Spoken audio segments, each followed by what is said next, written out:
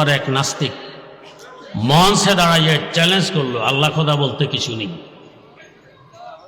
একজন মুসলমান আলেম চ্যালেঞ্জ গ্রহণ করলেন, আল্লাহ আছেন, আমি প্রমাণ করব। নাস্তিক বলছে, তাহলে আমি আপনাকে 3টি প্রশ্ন করছি, আমার প্রশ্নগুলোর যুক্তিসঙ্গত উত্তর যদি দিতে পারে বুঝবো আপনাদের আল্লাহ একজন আছেন। যদি যুক্তিসঙ্গত উত্তর দিতে না পারে তাহলে আমার দাবিতে আমি 100% সঠিক। মুসলমান আলেম সাহেব বললেন, বলুন কি প্রশ্ন? 1 নম্বর প্রশ্ন, আপনাদের আল্লাহ এই মুহূর্তে কি করেন আমাকে দেখাই দিতে হবে, না হলে আমি আল্লাহ মানব না।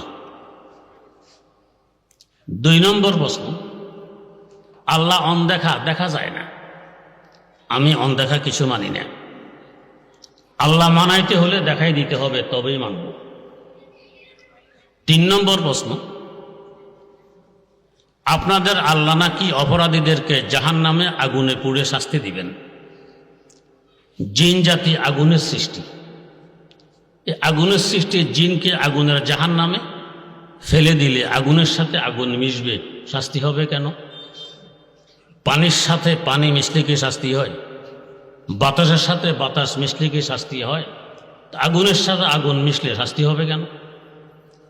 3টি প্রশ্ন সামনে আসার পর মুসলমান আলেম সাহেব একটি ইট হাতে নিয়ে নাস্তিকের মাথায় মারলেন।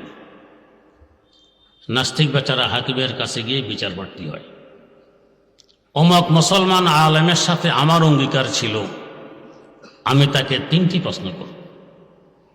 তার আমার সাথে অঙ্গীকার ছিল, তিনি আমার 3টি প্রশ্নের যুক্তিসঙ্গত উত্তর দিবেন। আমি প্রশ্নগুলো করে অঙ্গীকার পূরণ করেছি, তিনি আমার প্রশ্নের উত্তর না দিয়ে অঙ্গীকার ভঙ্গ করেছেন। এর পাশাপাশি আমার মাথায় ইট মারলেন, আমি এখন ব্যথায় মারা যাচ্ছি, বিচার চাই। কোর্ট থেকে সমন জারি হলো মুসলমান আলেম সাহেবকে হাজিরে দেওয়ার জন্য। তিনি কোর্টে যাওয়ার পথে যে ইটখানা নাস্তিকের মাথায় মেরেছিলেন হাতে করে নিয়েই কোর্টে উপস্থিত হলেন।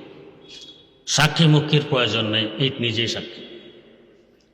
হাকিম সাহেব জিজ্ঞেস করলেন, আলেম সাহেব, এই ভদ্রলোকের আপনার সাথে অঙ্গীকার ছিল, তিনি আপনাকে 3টি প্রশ্ন করবেন, ঠিক কিনা? হ্যাঁ ঠিক। আপনার তার সাথে অঙ্গীকার ছিল, আপনি তার 3টি প্রশ্নের যুক্তিসঙ্গত উত্তর দেবেন, ঠিক কিনা? হ্যাঁ ঠিক। তিনি প্রশ্নগুলো উত্থাপন করে অঙ্গীকার পূরণ করেছেন কিনা? হ্যাঁ করেছেন। তাহলে আপনি তার প্রশ্নের উত্তর না দিয়ে অঙ্গীকার কেন ভঙ্গ করলেন?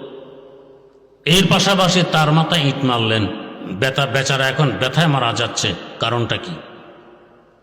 মুসলমান আলেম সাহেব বললেন, হাকিম সাহেব, আমি অঙ্গীকার ভঙ্গ করিনি, তার 3টি প্রশ্নের যুক্তিসঙ্গত উত্তর দিয়েছি। কোথায় উত্তর? উত্তর আমার ইট মারার ভিতরে। ইট মারার ভিতরে উত্তর? জি, তার প্রথম প্রশ্ন ছিল, আমার আল্লাহ এই মুহূর্তে কি করেন তাকে দেখাই দিতে হবে।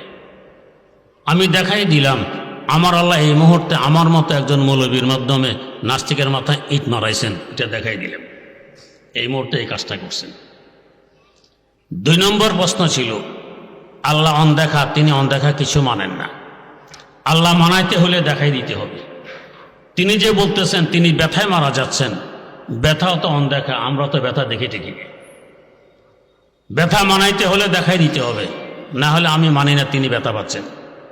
দেখানো ছাড়া ব্যথা মানা যায়, দেখানো ছাড়া, দেখা ছাড়া আল্লাহ মানতে আপত্তি কোথায়?